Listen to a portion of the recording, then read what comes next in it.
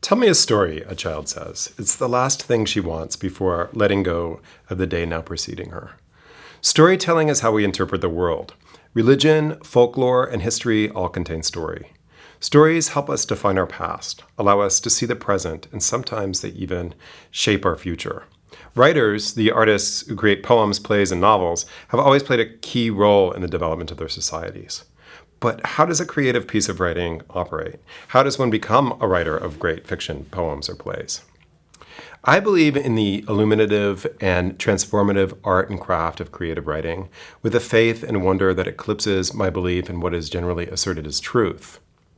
It's a great mystery that fiction, for example, often reveals truth in ways that reporting facts cannot.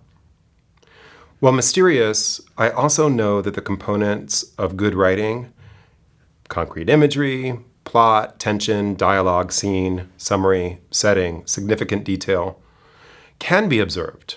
They can be learned and applied to benefit a serious and dedicated writer's work. Yet an advanced critical vocabulary and the formal study of the component parts of creative writing don't make a great writer. So what does? A friend, a published and successful playwright, once relayed a story of a director collaborator of hers who wanted more and more of her time at social and promotional gatherings. He always wants me to meet him at a bar, but I'm under deadline, she'd tell me. They don't hire me because I'm a cocktailer. I'm a writer. I write. The power of that declaration made an immediate impact. A student studies. A reader reads. A painter paints. A drinker drinks. To proclaim to the world I am a writer, I need to earn the suffix er by enacting the verb to write. Something else that may be relevant. When that same friend is working on a project, her apartment's floor becomes a mountain range of texts of all kinds. Novels, biographies, plays, poems, nonfiction books cataloging the fauna and flora of whatever her locale is her play is set. Well before she published her first story, well before her first play was produced, she spent a lifetime reading, seeing plays, soaking in every and any kind of art. And into her career, that has not changed. I met her at a restaurant for dinner a couple of weeks before writing this. When I arrived, there she was at the bar, her face in a book, her pen scribbling notes across a pad. It didn't matter that I couldn't see her face from where I was standing. It didn't matter that she had changed her hair. It didn't matter that I'd never seen the coat that she wore. I recognized that her particular posture, that of a woman reading and taking notes. I knew immediately that it was my friend, the writer. Well, I've met plenty of people who call themselves writers but don't read, and others, bafflingly, who don't seem to write either. I've yet to meet a person who doesn't read and calls himself a writer with whom the world agrees. So is that it? To be a writer, you read and you write? Well, yes and no. Yes, you do, and no, that's not it. There are things about being an artist that cannot be taught in a creative writing classroom. It's a way of seeing the world, of looking and looking again. The editors who buy, print, and publish poems, novels, and short stories, and directors and producers of plays want you to have some strong worldview. They want you to care and to get their readers and audience members to care too. Together we will read and practice writing. We will examine craft issues with a writer's eye and respond to weekly creative prompts. Some people confuse anecdotes with storytelling. An anecdote is a short and amusing or interesting story about a real incident or person. I love anecdotes. All of my friends have great anecdotes, and I want to share them with me all the time. I, too, am nothing if not anecdotal. There are crucial differences, though, between an anecdote and a literary fiction and plays. My job is to expose you and try to get you to prove to you and to understand those differences. A great fiction writer, Alice Munro, says, anecdotes don't usually make good stories.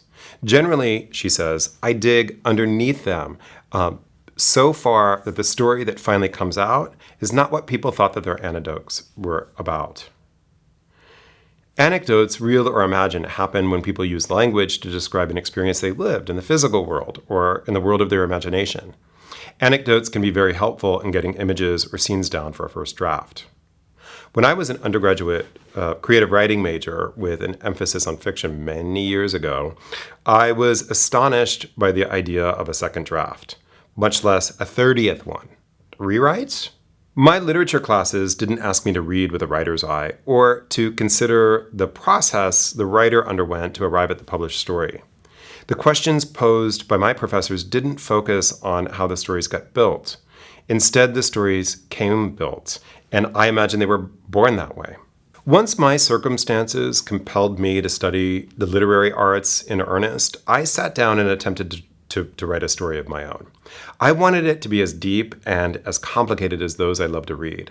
I poured everything that I knew, both intuitively and intellectually, into that material, and I came up with a scene of two people on a patio of a restaurant near a fountain. It was based on a funny and moving experience that I had had in real life, i.e. an anecdote. The problem? Brimming below the surface of the scene was a fear I had about losing my real-life best friend to AIDS. It was what I was writing about. And the injustices that I noticed by medical institutions at the time, doctors, nurses, government agencies, that when those who sought treatment for their AIDS-related medical needs, it seemed to some that AIDS was a punishment at the time, not a disease, but something that you earned or deserved because you were gay or poor or black or addicted to intravenous drugs. The people who were most vocal about these kinds of opinions were people in power. People like the then President of the United States, Ronald Reagan, whose agencies allocated tax dollars and government funds, who decided who gets a bed in a hospital and who doesn't, where research would go and where it wouldn't. I knew that those tensions and themes lived under the surface of that anecdote, so I assumed that my reader would too. When my workshop class didn't seem to get my vision, I met with my professor in office hours and explained to her why my story was important and good and funny and sad and horrible. It showed a man with AIDS as an intelligent fighter, a badass. He wasn't some fey victim that I'd seen in Hollywood movies or TV. The class misunderstood, I thought. They told me to change stuff that had happened in real life. I explained to her how and why that real life dinner had been life-changing. She said, "Your character has AIDS?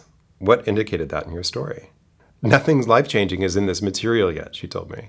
"It has potential, but if you want it to be important, good, funny, or profound, you're going to have to work on your craft. It's a process that involves a lot of layering, lots of drafts." I stared at her. "Have you taken a craft class?" she asked. Who knew that readers couldn't glean subtext from fiction in the same way the best friends could in real life? Of course, when I tell my best friends an anecdote, they know my entire history. It's not the same for a reader who's never met you. Who knew I'd have to change what happened if I wanted to get to the emotional truth of the protagonist's fears and awakenings, to the injustices of the policies in his country? Who knew that scenes that didn't increase the tension needed to be cut? Cut? What if those scenes were clever, or funny, or entertaining, or took me a long time to write? Didn't they know how long it took to write those scenes in the first place? Who knew that a complete story, a real work of fiction, the art form, didn't need to be explained? I was humbled again and again in my craft courses. I still am. We studied living working writers at the same time as I read and reread Chekhov and O'Connor. Finally, I could see the difference between their stories and my material. I knew that I had everything that those writers had: pain and yearning and angst and anger and love and desire. I felt all of those things when I read their stories. Why couldn't I get it onto my page? Were those writers more talented than me? Had they lived more interesting life? How was I to bridge that giant chasm between what I love to read and what I was able to write? My first craft teacher assigned stories and exercises in a manner that felt false to me, like picking apart a work of visual art color by color. You couldn't possibly learn how to paint the sky by studying red, my classmates and I thought. He begged to differ. He talked about writers making choices, sitting down and working hard on their drafts, consciously using tools of their craft to achieve their artistic vision. Up until that point, all I had done was sit down to write when my life had become too hard or when I had a deadline for school. Sure, I worked. Sure, I read stuff out loud and made superficial changes because it sounded better, but I didn't know why. I never had done so with the intention to reveal one of the themes I had discovered. I had never consciously crafted anything creative. I mistakenly thought that to be creative required that I did not think in advance about my stories like a puzzle to solve or an essay meant to persuade. That same teacher also invited us to read by way of assigning hundreds of pages a week. He had us diagram and analyze stories for homework that we never ended up discussing in class. When someone contested, he said, without a trace of attitude or arrogance, that's what we writers do. If you don't want to do it, drop the class, change your major. I'm grateful for the day when my desire to improve outweighed my fear of failure and my resistance to hard work. The teacher had been hired by a university, he had written and published some really good short stories, he had an MFA. I had done none of those things, and I wanted them all, so I decided to listen to him and to see what I could learn. After all, Chekhov and O'Connor had all sorts of substance in their stories, sensuous details that seared into my memory. I still think of O'Connor's Joy Holga and her artificial leg, the traveling Bible salesman, and the utterly absurd but resonant tragicomedy of Good Country People, and I think, I want to write like that. The work that I did in that class enabled me to see that there's no single answer to any question starting with the word how, at least when it comes to writing. There was and is, however, a wealth of writers who are as fascinated by the process of writing as they are writing it. Luckily for us, they've published their ideas, and so have so many other artists. No interesting question ever has an answer. It's the unanswerable questions that are most interesting, and that will inspire and propel most artists to stick with the subject long enough to realize a project. 95% or more of what I've seen turned into workshop in the years that I've been teaching creative writing is not literature. It's usually anecdote or diary-like musings. Often they're full of tension for the person who wrote it and free of tension for the person reading it, even when the author seems talented. Perhaps part of the challenge is that most people use the same word story to describe two very different things, an anecdote and the art form called fiction. It's often difficult to glean what's important to the writer from what I've seen turned into that class. And the same is true for poems and plays and creative nonfiction. In my restaurant patio with a fountain case, I had earnestly attempted to record a meaningful conversation with a friend that had been, for me, a resonant experience, full of pathos and catharsis. I realized that just because I was gay did not mean that I needed to be afraid. I learned that I had rights, that I could protest, scream on the street, march, go on the news, write my legislators, make demands. But my reader could not see the same meaning in the conversation I portrayed in my rush draft. I had done part of what O'Connor and Monroe and Chekhov had done. I had used precise details that engaged the senses. I made it so my reader could see the brick, smell the fresh rosemary on the focaccia, taste the tang of tomato sauce in the angel hair pasta, feel the light mist and the breeze that blew from the fountain on their skin, while the narrator explained to the reader in vague ways why things were so important. It was a great place to start, and it was not a waste of time.